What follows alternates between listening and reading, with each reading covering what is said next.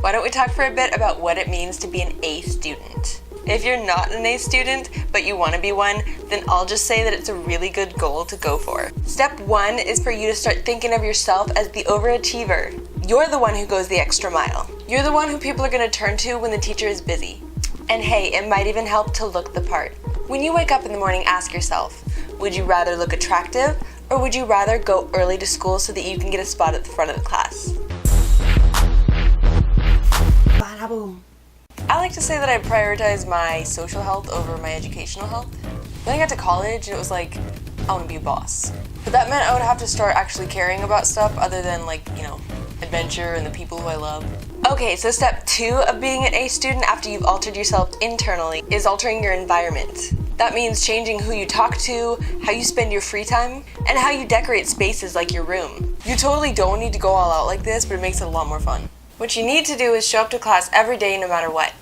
There is no excuse for missing class unless you're in the hospital. Just don't get people sick.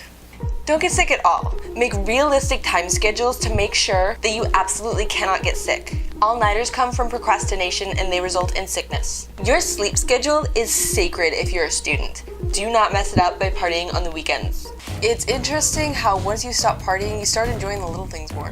Because it's like your life doesn't feel so stressful for some reason and you never feel the need for the escape. Put yourself in the teacher's position. I once asked a teacher what her dream student would be like, and she said that they wouldn't even have to be smart so long as they show a willingness to learn and a willingness to participate.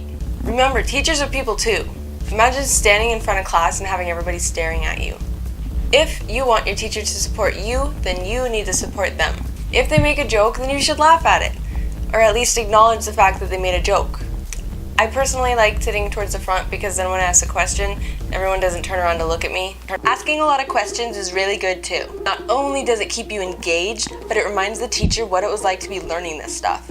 Not to mention the fact that it makes your teacher recognize you so that you can use them for references and ask them to write recommendation letters. That's really important stuff. Back to the teacher's perspective. Imagine if you were to write out a handout for your students and then pass it out and then they didn't even read what you write. How frustrating would that be? So I just try to make sure that they see me highlighting and reading the material. When you hold some kind of note-taking device in your hand, it triggers to your brain to pay more attention. I always try to highlight stuff that if I was a teacher, I'd want students to know, and stuff that I think would be really useful to keep in my brain. When I read teacher handouts, I normally highlight all the things that I probably would have been screwed if I didn't know.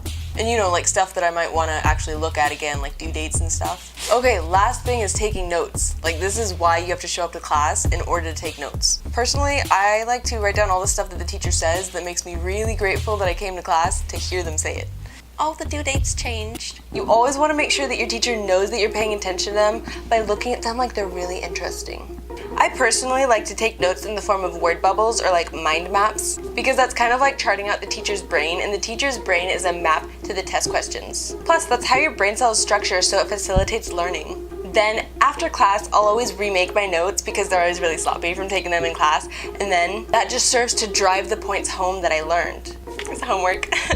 Especially if it's for stuff like chemistry or bio where it gets really complicated. And then I'll rewrite it right before the test, and that's my way of studying. It's kind of an artistic process and it doesn't really feel like studying. Okay, last thing, seriously, stop thinking other people are smarter than you. Because the problem is when you do that, it's kind of like calling yourself dumb, which is really not going to foster a good learning environment within your head. Plus, that kind of distracts you from the fact that they probably just have better studying methods than you, and you can learn from them. Wait a second, that's not the last thing. The last thing is that you absolutely need to have a clean study area that is free of noise and distraction, especially if you have really bad trouble concentrating like I do. I love you guys. Notes are really sloppy, and that just drives the home further.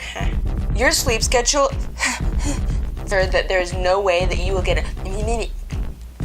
Ask yourself, would you rather? You're the one who people are gonna. Just say that it's a really good go for. To be one, then I'll just say that it's a really good go to.